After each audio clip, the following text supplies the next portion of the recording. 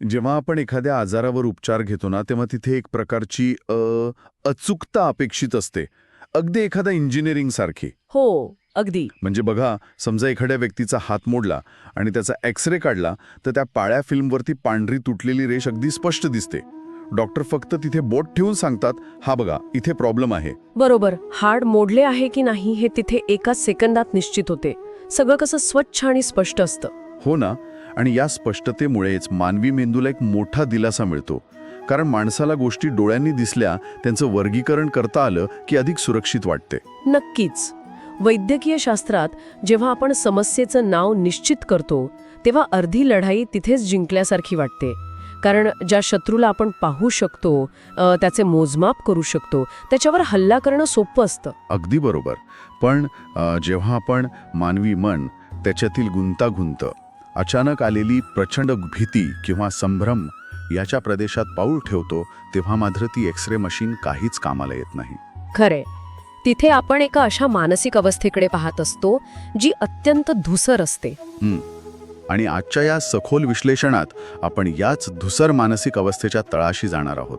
सर्वांचं स्वागत आहे. आज आपण भगवद्गीतेतील अध्याय 2 आणि श्लोक 2 यावर चर्चा करणार आहोत. हो. कुतस्त्वा कश्मलीमिदं विषमे समुपस्थितम हा तो मूळ संस्कृत श्लोक आहे. अगदी. आणि हा केवळ एक जुना किंवा ऐतिहासिक श्लोक नाही. ऐकणाऱ्यांसाठी हा एक महत्त्वाचा विचार आहे, कारण हा मानवी मानसिकतेवर एका अत्यंत कठीण प्रसंगात माणसाला येणाऱ्या दुबळेपणावर केलेला एक थेट प्रहार आहे. नक्कीच. आणि या विश्लेषणाचा मुख्य उद्देशच हा आहे की जेव्हा मनात असा प्रचंड संभ्रम आणि भीती निर्माण होते तेव्हा त्या स्थितीचा सामना कसा करावा हे समजून घेणे. तर या विशिष्ट श्लोकाचं महत्त्व समजून घेण्यासाठी आधी आपल्याला तो क्षण डोळ्यांसमोर उभा करावा लागेल. ही काही कोणती सर्वसाधारण वेळ नाहीये. दोन्ही बाजूंच्या सेना युद्धासाठी सज्ज आहेत. बरोबर.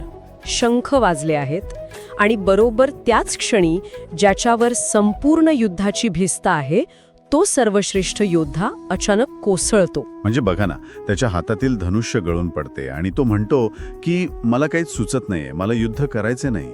आधुनिक मानसशास्त्राच्या भाषेत सांगायचे तर हा एक अत्यंत तीव्र असा पॅनिक अटॅक आहे. एक फ्रीज रिस्पॉन्स आहे. हो, ठीक आहे. आपण हे थोडे उलगडून पाहूया. या अवस्थेचं वर्णन करण्यासाठी मूळ स्त्रोतामध्ये एक अत्यंत समर्पक शब्द आला आहे. तो म्हणजे विषमे समुपस्थितम, म्हणजे कठीण प्रसंगी. अगदी. हे एखाद्या अत्यंत कुशल खेळाडूने अंतिम आणि सर्वात महत्त्वाच्या सामन्यात अचानक दडपणाखाली येऊन स्तब्ध होण्यासारखे आहे. हो. आयुष्यभर कठोर सराव करायचा, सगळी कौशल्य अंगी असायची, रणनीती तयार असायची, आणि बरोबर वेळेवर जेव्हा सर्वोच्च कामगिरीची सर्वात जास्त गरज असते तेव्हाच हातपाय गळायचे. पण मला इथे एक गोष्ट खटकते. काय? जेव्हा असा प्रसंग येतो तेव्हा आपला समाज किंवा आपले आधुनिक मानसशास्त्र काय सांगते?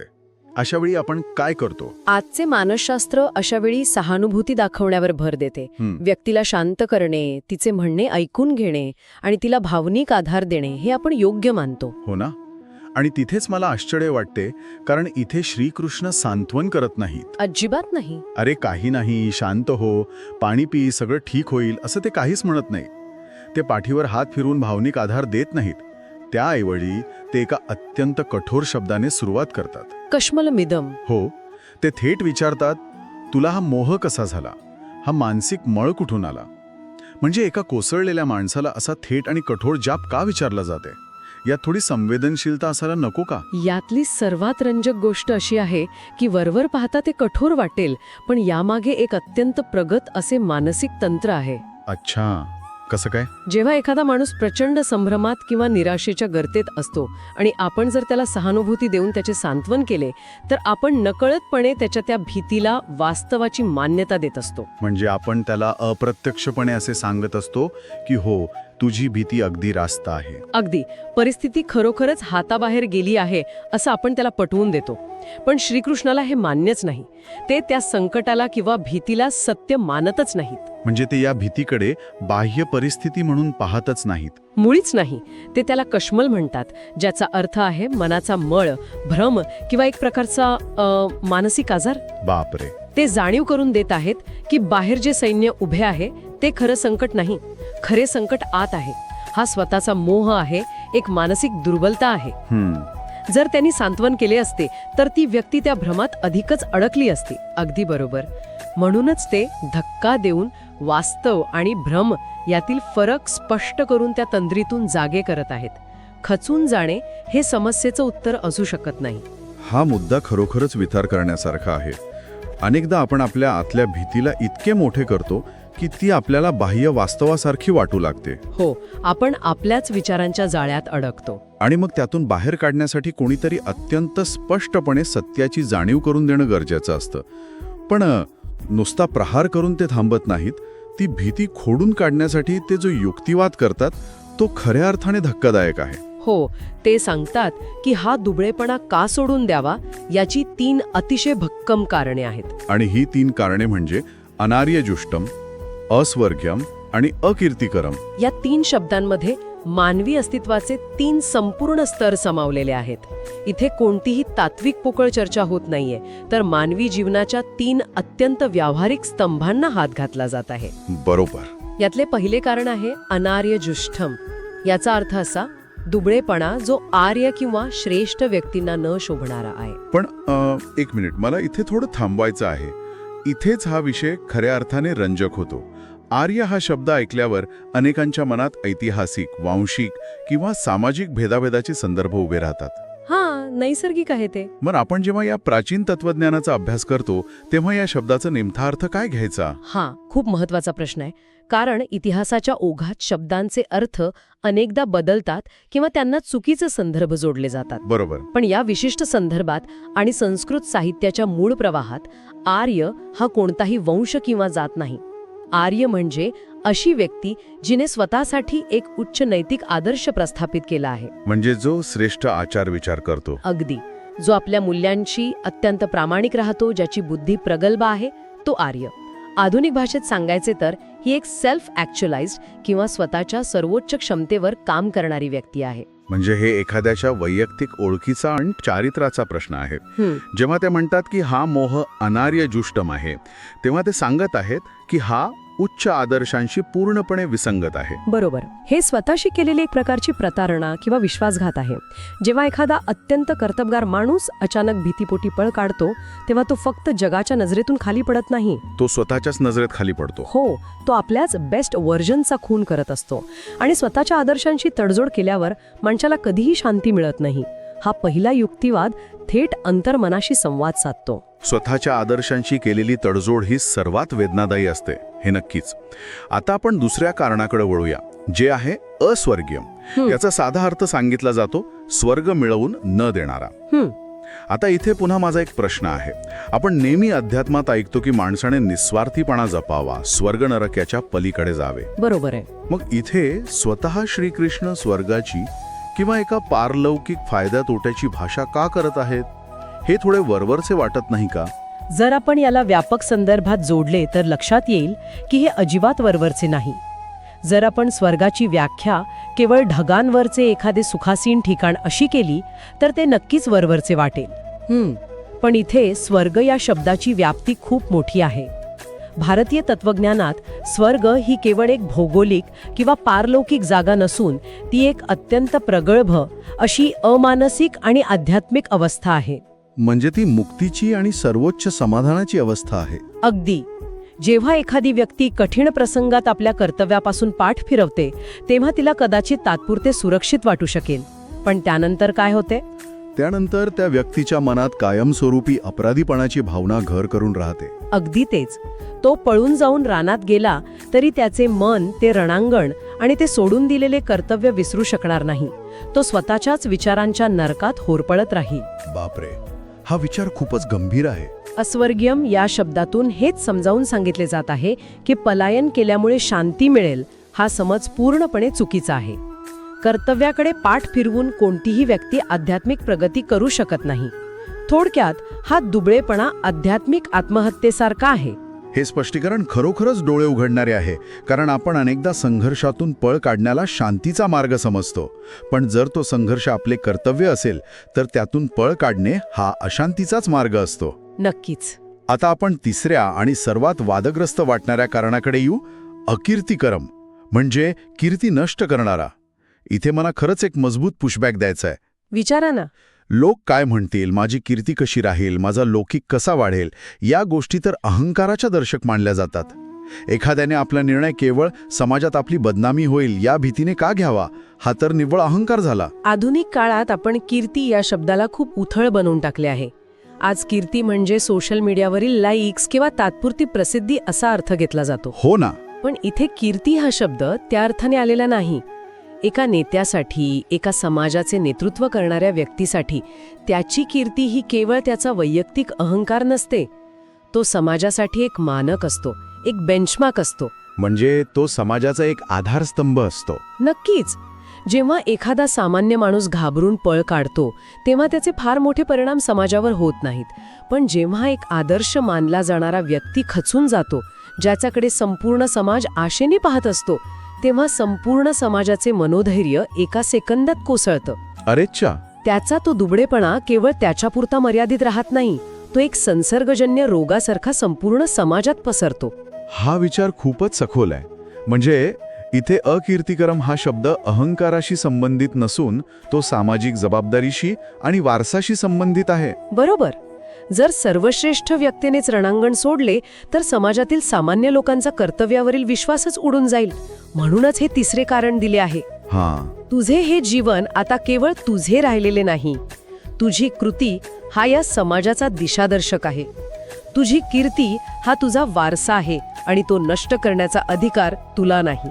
वाह, हे खरोखरच एक मास्टर क्लास आहे. म्हणजे जर आपण या तिन्ही कारणांकडे एकत्र पाहिले तर लक्षात येते की वैयक्तिक चारित्र्य, आध्यात्मिक प्रगती आणि सामाजिक वारसा ह्या माणसाच्या अस्तित्वाच्या तिन्ही स्तरांवर एकाच वेळी प्रकाश टाकला आहे. अगदी.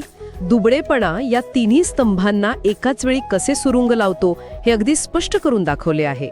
पण आता पुढे काय? कारण निदान झाले, कारणे समजली, तरीही माणूस त्या जागीच स्तब्ध उभा आहे. हा नुसता तात्विक संवाद नाहीये, यामागे नक्कीच एक कॉल टू ॲक्शन आहे. पुढे काय करायचे याचा मार्गही यातून निघायला हवा. या सगळ्या चर्चेचा अंतिम आणि सर्वात महत्त्वाचा टप्पा तोच आहे. कारण तत्वज्ञान तेव्हाच सार्थ ठरते जेव्हा ते प्रत्यक्ष कृतीत उतरते. बरोबर. व्यक्तीच योग्य नाही. माणसाने अशा वेळी दुर्बलता सोडून उभे राहावे आणि आपले लक्ष पूर्णपणे आपल्या कर्तव्याकडे म्हणजेच आपल्या धर्माकडे वळवावे. दुर्बलता सोडून उभे राहा, हे शब्द ऐकायला जेवढे साधे वाटतात तेवढेच ते अंमलबजावणी करायला कठीण आहेत. हो ना. तर या सगळ्याचा नेमका अर्थ काय? हा संदेश म्हणजे एखाद्याला झोपेतून जागे करण्यासाठी चेहऱ्यावर मारलेलं थंड पाण्याचा हबक्यासारखा आहे. दुर्बलता सोडून उभे राहा हा नुसता सल्ला नाही, तर ती एक आज्ञा आहे. नक्कीच. यामुळे एक महत्त्वाचा प्रश्न उभा राहतो. जेव्हा आपण संभ्रमात असतो तेव्हा आपण समस्येवर लक्ष केंद्रित करावे की आपल्या कर्तव्यावर? हाच माझा प्रश्न होता की जेव्हा माणूस प्रचंड भीतीमध्ये असतो, डोळ्यांसमोर अंधारी आलेली असते, तेव्हा त्याने नेमके काय करावे? मानवी प्रवृत्ती अशी असते की संकटाच्या वेळी आपण नेहमी समस्येकडेच पाहत राहतो. आपण त्या समस्येचं सतत विश्लेषण करत बसतो. ती समस्या किती मोठी आहे, आपण कसे हारणार आहोत, हे सगळे नकारात्मक विचार डोक्यात चक्रासारखे फिरत राहतात. यालाच आजच्या भाषेत आपण पॅरालिसिस बाय ॲनालिसिस असं म्हणतो. अतिविचारामुळे आपण कृतिशून्य अवस्थेत जातो.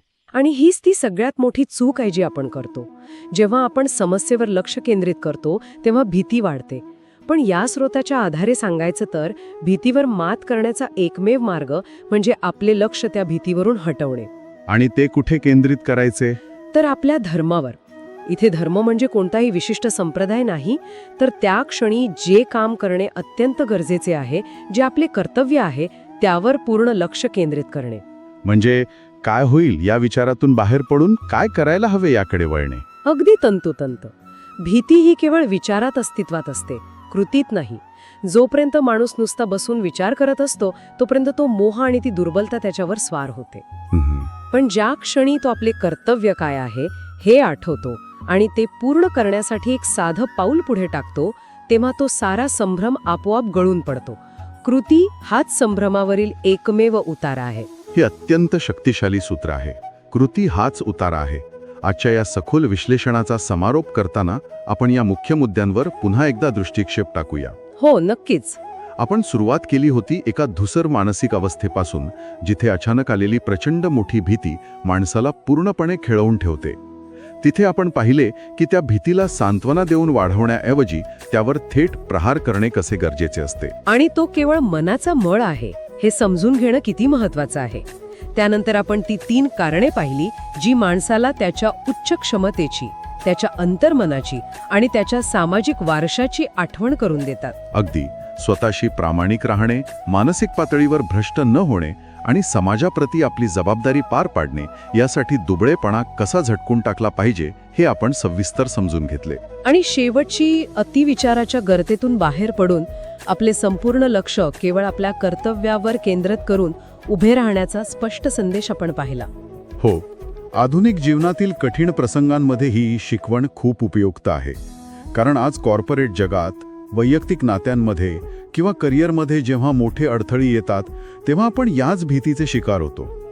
आपली भीती हा केवळ एक मोह असू शकतो आणि आपलं कर्तव्य पार पाडणे हाच त्यावरील एकमेव उपाय असतो. नक्कीच ही शिकवण आजही तितकीच जिवंत आहे. जाता जाता एका नवीन विचारावर विचार करण्यासाठी मी ऐकणाऱ्यांना सोडून जातो. आपण नेहमी संकटांना आणि भीतीला आपल्या प्रवासातील एक अडथळा मानतो. पण जर आपल्या आयुष्यातील सर्वात मोठे अडथळे आणि भीती हे वास्तवात नसून केवळ आपल्या मनाचा मोह किंवा संभ्रम असतील तर काय? जर आपण आपल्या संकटांकडे थांबण्याचे कारण म्हणून पाहण्याऐवजी कर्तव्याची आठवण करून देणारा प्रसंग म्हणून पाहिले तर आपण काय साध्य करू शकू? विचार करा. मानसिक संभ्रमाच्या त्या धुसर अवस्थेत केवळ आणि केवळ कर्तव्याची जाणीव हीच माणसाला परत वास्तवाकडे आणू शकते. या सखोल विश्लेषणात सहभागी झाल्याबद्दल धन्यवाद. ऐकत रहा आणि शोध घेत रहा.